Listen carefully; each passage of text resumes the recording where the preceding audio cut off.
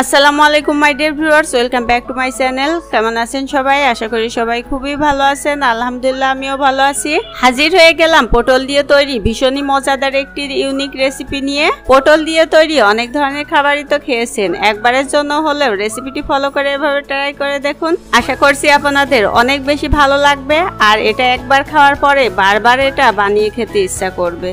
চলুন তাহলে রেসিপিটি শুরু করা যাক। পটলের এই রেসিপিটি করার জন্য আমি এখানে হাফ কিলো পটল নিয়েছি, তবে আপনি এখানে সবুজ রঙের পটলটাও নিতে পারেন।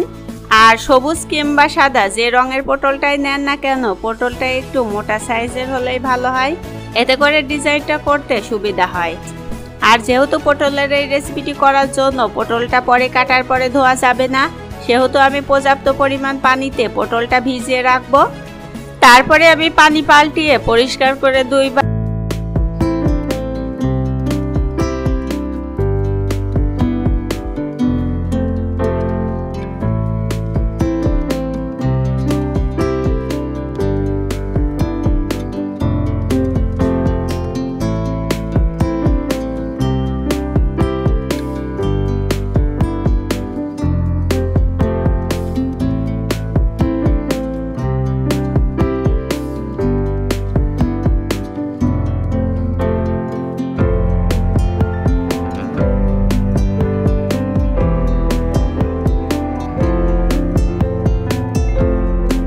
এটাকে আমি মাঝখান থেকে দুই ভাগ করে নিলাম। এখন অর্ধেকটা পটল নিয়ে দেখুন কিভাবে আমি এটাকে কেটে নিই। পটলটি কাটার সময় লক্ষ্য রাখতে হবে একদমই কিন্তু শেষ পর্যায়ে এটাকে বের করে দেওয়া যাবে না, নিচের দিকে একটু অংশ বাকি রাখতে হবে, না হলে কিন্তু পটলটি ভাজার সময় এড়িয়ে যাবে।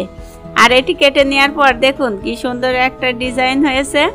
বেশি পাতলাও নয় আবার বেশি মোটাও নয়, এরকম মাঝখান থেকে লম্বা লম্বি দাগ করে এটাকে কেটে নিতে হবে। তবে আপনি চাইলে এই কাজটি ছুরি দিয়েও করতে পারেন, তবে আমি বটিতে কাটাই বেশি কমফোর্টেবল মনে করি, তাই আমি সবগুলো পটল বটিতেই কেটে নিলাম। তো বন্ধুরা, খুব সুন্দর করে পটলগুলো আমি কেটে নিয়েছি। এখন এই পটলের মধ্যে কিছুটা লবণ, একটু হলুদ গুঁড়া আর একটু মরিচের গুঁড়া দিয়ে আলতো হাতে এগুলো মাখিয়ে নিচ্ছি। খুব সাবধানে এই কাজটি করতে হবে, না হলে কিন্তু পটলটি ভেঙে যেতে পারে।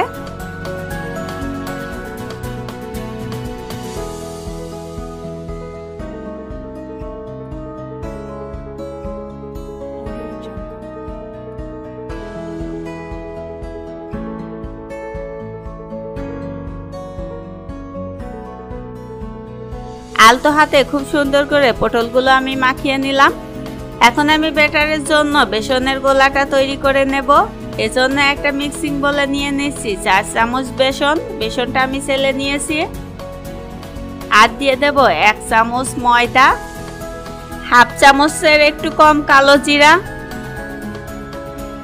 স্বাদ মতো কিছুটা লবণ, আর 1 টেবিল চামচ লাল মরিচের গুঁড়া, সাথে সামান্য একটু ভাজা জিরা গুঁড়া দিয়ে সকল শুকনো উপকরণে একটু ভালো করে মিশিয়ে নেব।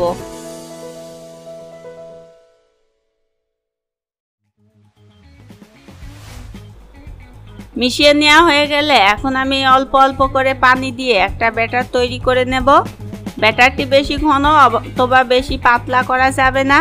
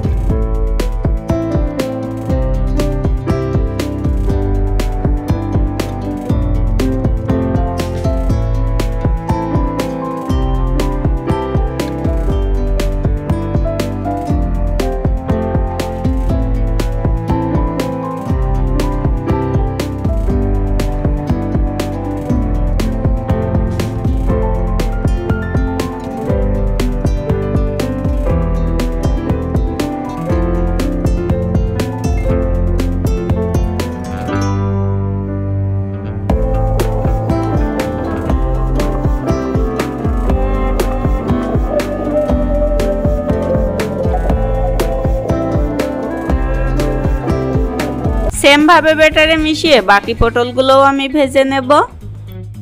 তৈরি করে নিলাম পটল দিয়ে তৈরি ভীষণই মজাদার একটি ইউনিক রেসিপি।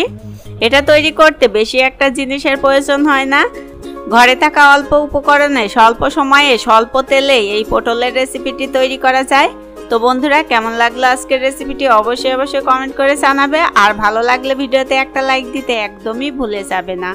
ধৈর্য সহকারে ভিডিওটি দেখার জন্য সবাইকে অসংখ্য ধন্যবাদ। আমার নেক্সট ভিডিও দেখার আমন্ত্রণ জানিয়ে আজকের মতো এখানেই বিদায় নিচ্ছি। আল্লাহ হাফেজ।